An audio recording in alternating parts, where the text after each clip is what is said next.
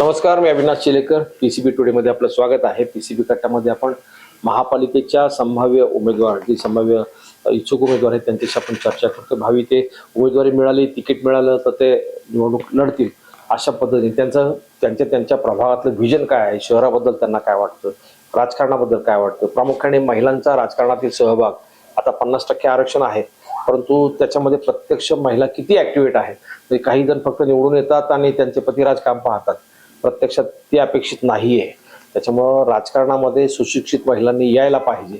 जास्तीत जास्त वक्त्या, अभ्यासू आणि रोखठोक भूमिका असणारा महिला मॅक्झिमम राजकारणात असल्या पाहिजे, जेणेकरून त्या स्वतःहून राजकारण चालू शकतील, स्वतःहून निर्णय प्रक्रियेमध्ये महापालिका सभागृहामध्ये बोलू शकतील, भाषण करू शकतील, आपलं मत मांडू शकतील, किंवा एखादा मुद्दा असेल तर त्या विषयावर आग्रहीपणे कसं बोलावं हे त्याच्यात अपेक्षित आहे.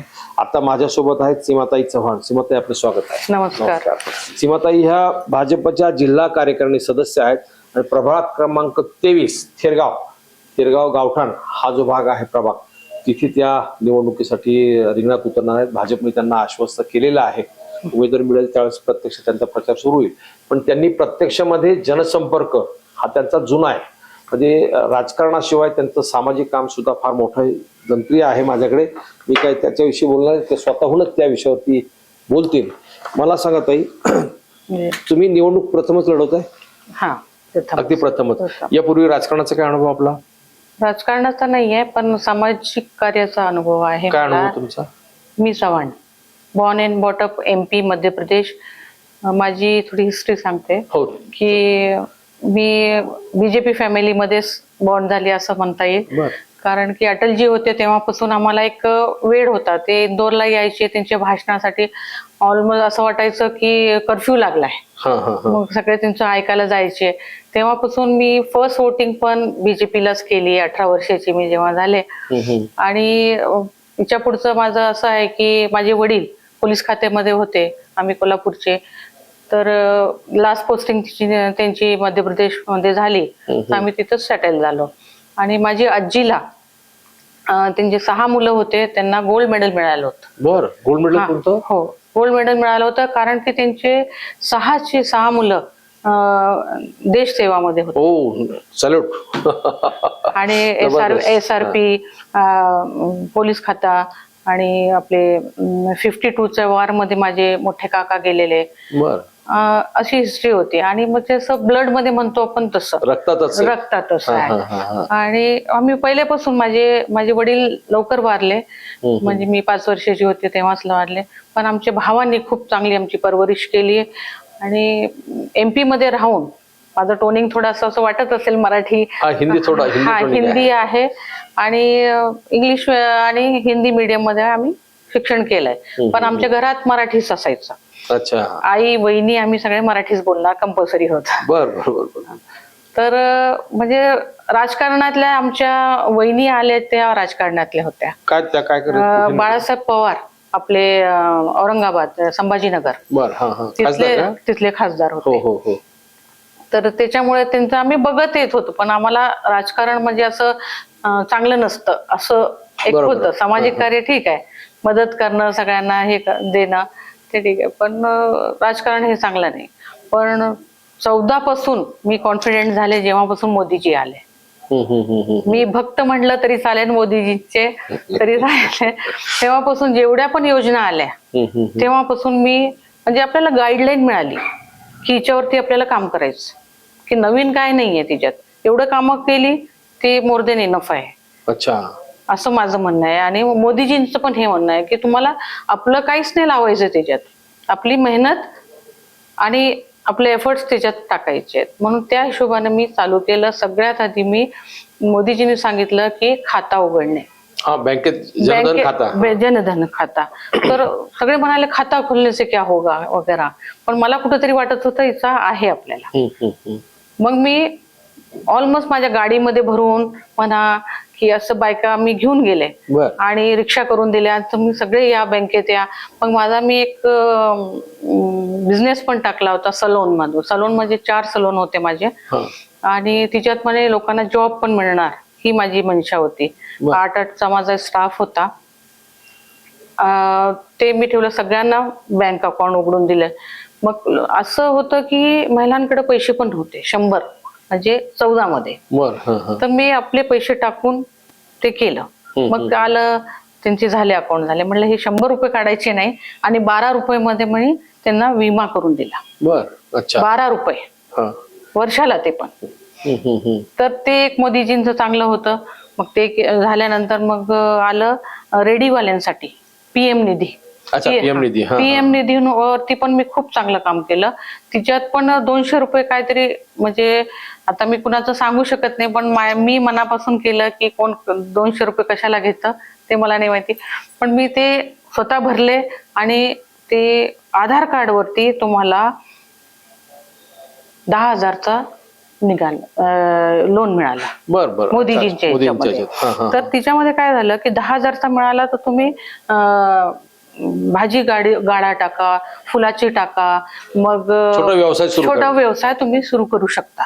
मग 10चे तुम्हाला 20 मिळाले, 20चे 50, 50चे 2 लाखापर्यंत ते. अशी उदाहरणं आहेत तुमच्याकडे? हो, आहे माझ्याकडं. आता माझ्याकडं म्हणजे माझ्या भोवतणी 150 महिला आहेत ज्या माझ्या बरोबर आहेत. आणि मी पहिले औंधला राहत होते. मी थेरगावला आले 2010 पासून. थेरगावला आल्यावरती मी जी सराउंडिंग बघते, एवढी मी औंध पॉश एरिया आहे, पण मी इथं आले तर जे मी बघायला लागले ते एक वेगळाच सीन होता. आणि एवढे गरजू लोक मला यायला लागले माझ्याकडं. आणि त्यांना म्हणजे अशिक्षण, शिक्षण नाहीये, कामगार वसाहत आहे. पण असं ही समजा एक महिला आहे, तिला थोडं नॉलेज देऊ शकतो आपण, स्वच्छ कसं राहायचं आणि पैसे कसे. म्हणजे आता हे लोक काय करायचे, थोडस काय सोनं केलं, सोनाराकडे गेले आणि 3%, 4%नी आपण सोनं उचललं, म्हणजे ठेवून आणि पैसे उचलले, घाण ठेवून. तर मग मी त्यांना सांगितलं, तेच तुम्ही करा, सोनं ठेवा, बँकेत ठेवा. 0.91% मध्ये त्यांना मिळतं आणि मग सोडवता पण येतं. अशा बरेच म्हणजे मनात धनात कुठं नव्हतं की मी राजकारणात येणार, पण हे सेवा करत गेले. आज मी 14 पासून काम करते. आता मला कुठंतरी वाटलं म्हणजे राजकारणात यायला पाहिजे, कारण मला पावर नाहीये. मी करायचं खूप आहे मला. मी आपले स्वतःचे पैसे लावते. मी एवढे इलेक्शन 3 इलेक्शन लढले. 3 इलेक्शन लढले? मी नाही लढले, म्हणजे खासदारकी झाली आमच्याकडं आणि 2 आमदारकी झाले. अच्छा, बरं. जगताप फॅमिली चिंचवडमध्ये. तर त्या हिशोबानं मी काय पैसा नाही घेतला, बस आपल्याला बीजेपी साठी करायचंय. आणि बीजेपी आली सत्तामध्ये तर सगळ्यांचा विकास आणि सगळं चांगलं होणार, ही मनशाने मी काम करत आहे. पण आता मला असं वाटतं, मला पॉवर पाहिजे. हॉस्पिटल असू दे, शिक्षण असू दे, विकास असू दे, जे गरजू आपल्याकडे येतात त्यांना मी एकटी किती करणार. पण मला योजना असल्या हे पोचावायला ते थोडं करू शकते. पण मला संधी मिळाली तर मी संधीचं सोनं करेन, माझी अपेक्षा. अच्छा, छान. म्हणजे केंद्र सरकार, राज्य सरकारची योजना तुम्ही सांगता, त्याच्यामध्ये त्या सर्व योजना तुम्ही लोकांपर्यंत पोहोचवता. साधारण किती लोकांपर्यंत, किती कुटुंबापर्यंत योजना पोहोचवल्या, काय अंदाज असा? मी आता 1000 महिला ज्या आता लाडकी बहीण योजना आल्या, तेव्हा पण मला माहित नव्हतं की काय करायचं. पण सांगितलंय, टार्गेट दिला आमचे आमदार शंकरभाऊ जगताप आणि आमचे अध्यक्ष आता शत्रुघ्न बापू काटे, त्यांच्या मार्गदर्शनाखाली खूप चांगला मला सपोर्ट मिळाला त्यांचा. शंकरभाऊनी पण त्यांच्याशी शिकले मी.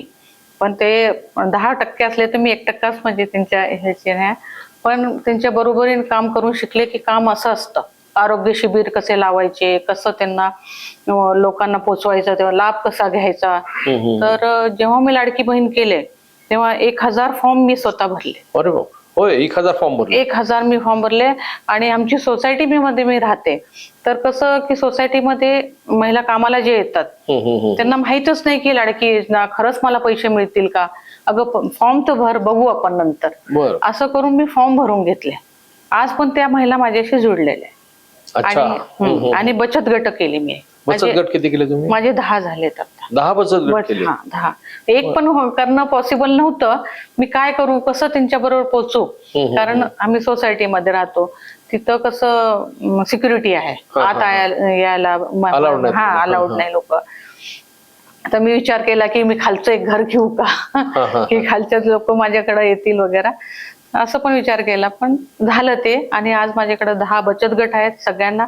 आणि बचत गट नुसतं मी 500 रुपये घेऊन असं नाही, तिच्यावरती मी उद्योग आणणार आहे. अच्छा, बर. म्हणजे आज ही महिला बिर्याणी चांगली करते, पापड चांगले करते, म्हणजे तिच्यामध्ये काय आहे, टेलरिंगचं तिच्याकडे शिवणकाम चांगलं करते, त्या हिशोबानं मी ते उद्योग टाकणार आहे.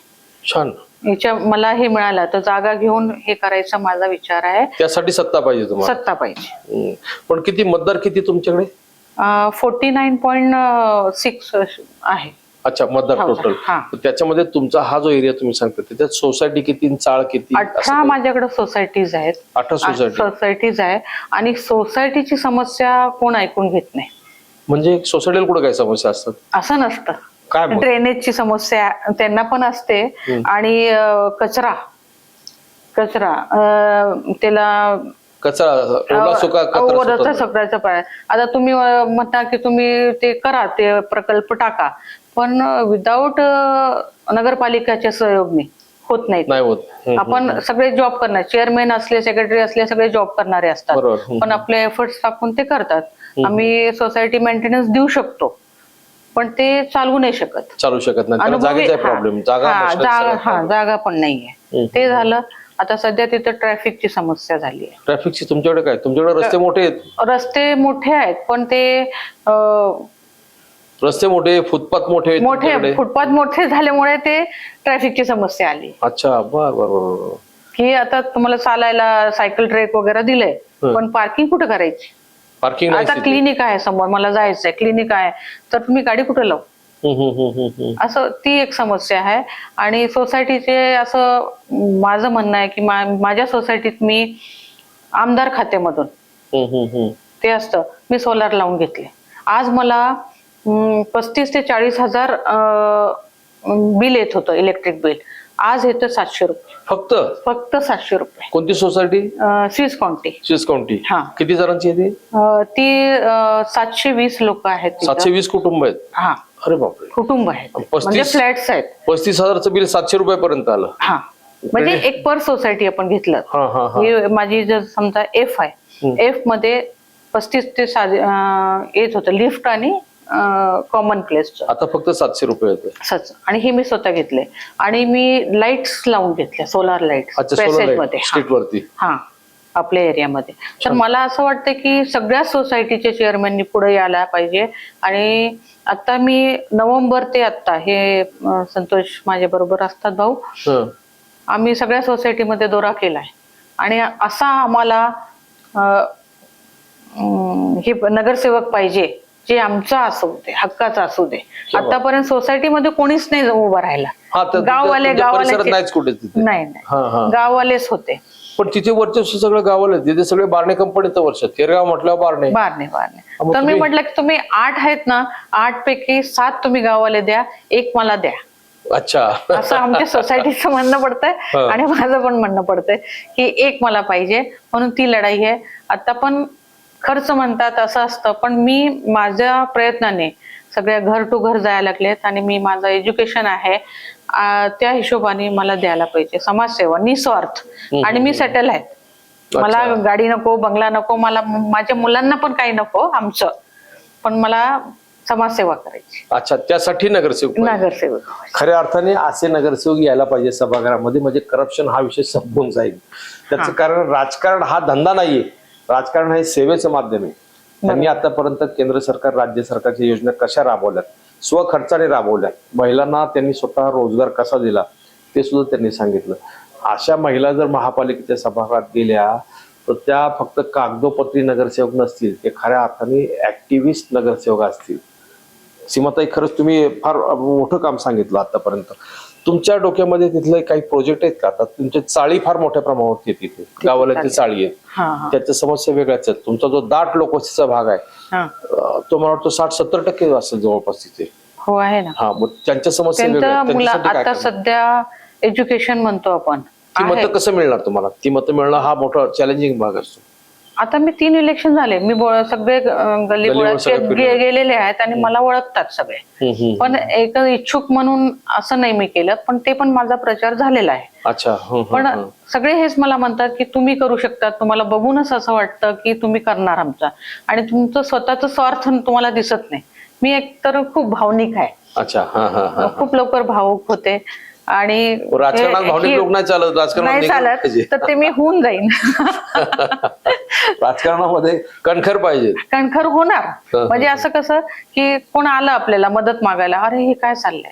आता पण मी गल्ली बोळात फिरते, तर कुणाचा त्रास बघितला ना, रात्री मला त्रास होतो की हिच्यासाठी आपल्याला करायला पाहिजे आणि काय करू शकतो. अगं तू ही योजना का नाही घेतली, तू आयुष्यमान का नाही काढला आतापर्यंत. पण ते नॉलेज द्यायला मग नगरसेवकच पाहिजे. हा, कुणाच्या दुःखामध्ये नगरसेवाने पळून जायला, नुसतं त्यांची मृत्यू झाली तिथं गेले तुम्ही, वाढदिवसाला गेले, लग्नाला गेले, हे मला पटत नाही. काम करून देणं हे म्हणजे आताचा जे विरोध आहे आपला आणि मला काय यायचंय ते मला क्लिअर आहे. फार परफेक्ट. नगरसेवकाला संवेदना. आता राजकारणामध्ये संवेदना ह्या बोथट झालेल्या आहेत. समोरचा माणूस मरून पडला तरी कोणी पाहत नाही, शेजारचा माणूस मेला तरी ते 2-2 दिवस तपास लागत नाही, वास आल्यावरती समजतं.